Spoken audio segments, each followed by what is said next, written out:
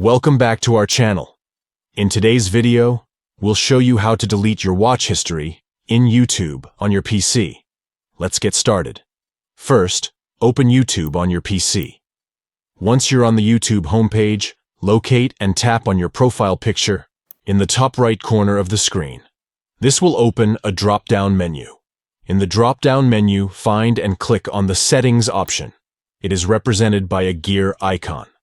After clicking on Settings, a new page will open. Look for the Privacy section, which is represented by a lock icon. Click on it. Within the Privacy section, you'll find various options. Look for and select Manage Watch History. This will take you to a Google Privacy page. Please note that if you're using a web browser, the Google Privacy page will open in a separate tab. This page displays your watch history from both YouTube TV and YouTube. To delete a specific item from your watch history, simply select it and click on the Delete button.